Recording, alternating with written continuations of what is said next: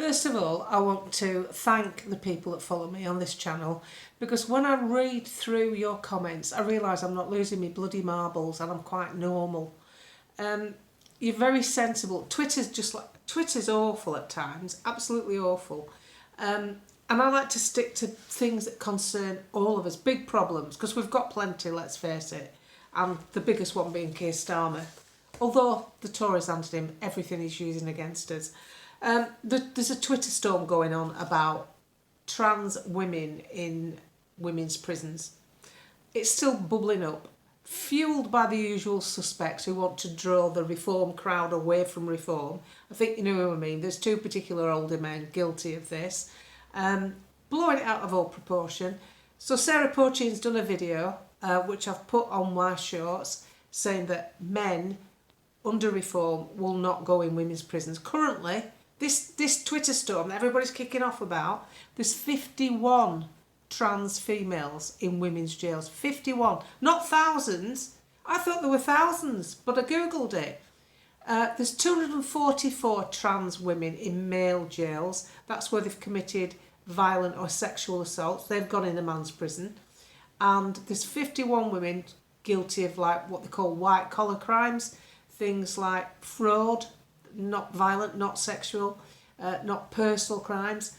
I think one was a professional bloody shoplifter, never turned up for court.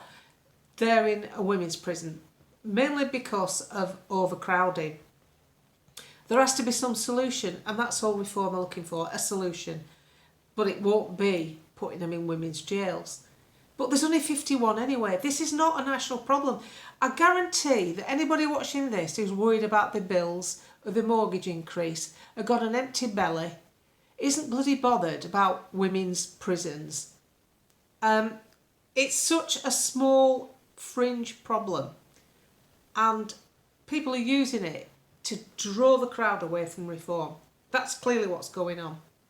Meanwhile, while they're doing that, while they're trying to dismantle the only bloody vehicle we've got to fight stakeholder capitalism, which is basically the new rebranding of communism, Keir Starmer and his bunch, we've got to look at what they're really doing to the country.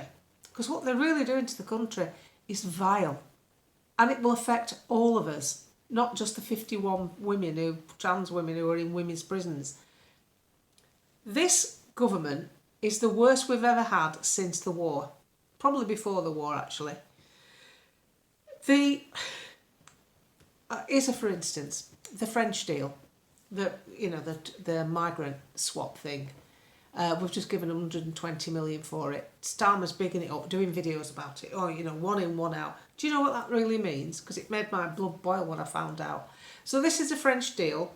They're coming in like 150 a day, 800 in 1 week.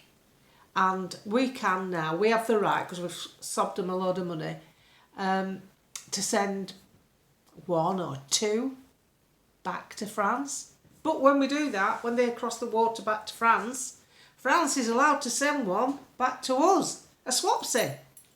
But France get to choose who they send. Now, something tells me that the French won't be choosing engineers, doctors and dentists.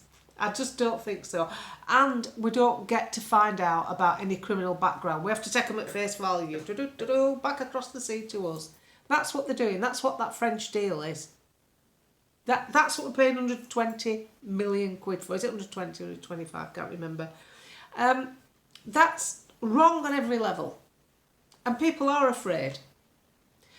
I felt sorry for the Afghan translators, because again, I took the commentary at face value. These Afghan translators have helped British troops. Yeah, they should come.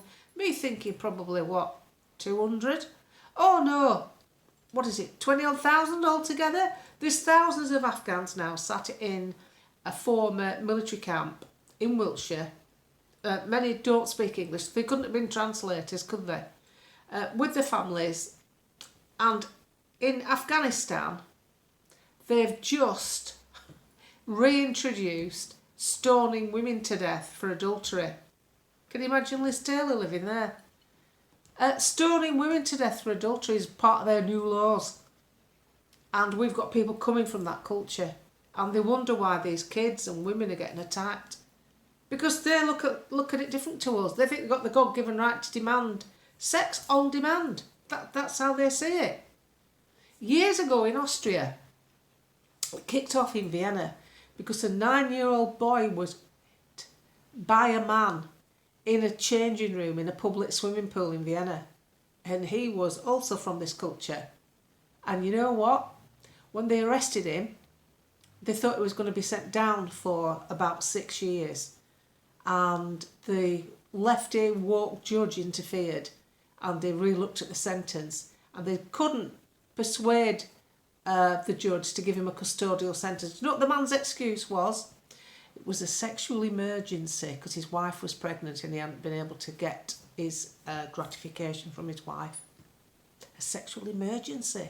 Now you can Google that one. You can look it up.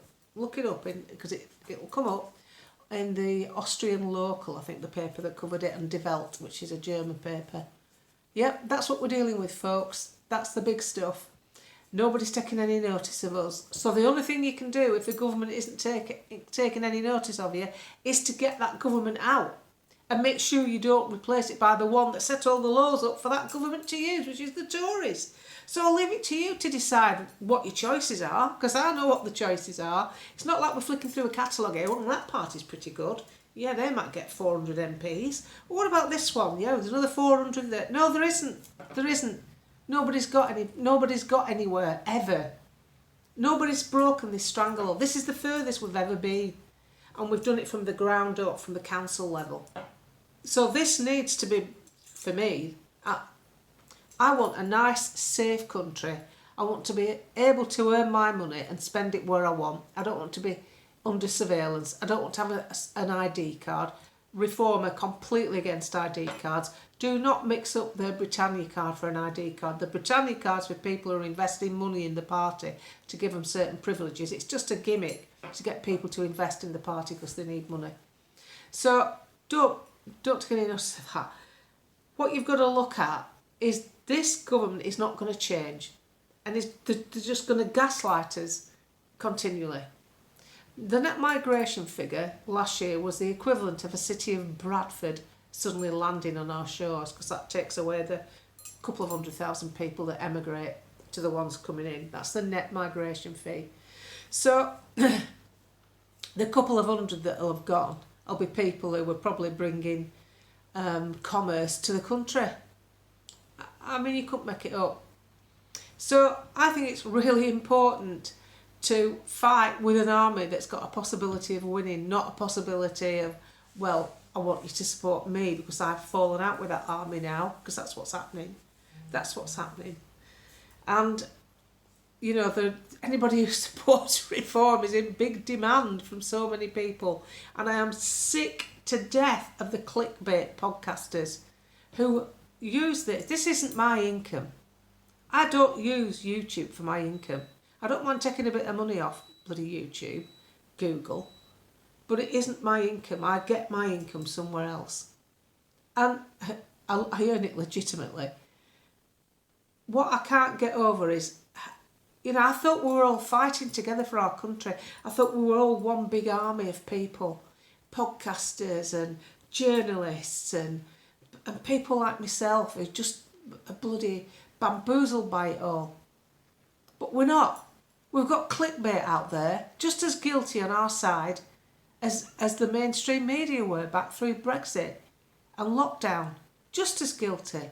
Homing in on insignificant problems and blowing them up out of proportion to put you off reform. It's absolutely insane what's going on. So all I'm doing is I'm doing what I'll always do, which is I'll do it my way. I'll email MPs, I'll wake people up, I do little meetings in groups of people, you know, if they want to know about something. I keep politics simple, explain it the way it is, rather than the way the government and the media put it across to you, and just keep going. Because this is our final slot of being able to vote our way out of basic tyranny. It's what we're suffering from now is a basic form of tyranny that will get worse if you don't. You know, we've got a country that's taxing us so much. You might as well just get your wallet out and go, hi Kia, there you go, help yourself. That's what I feel like at the moment.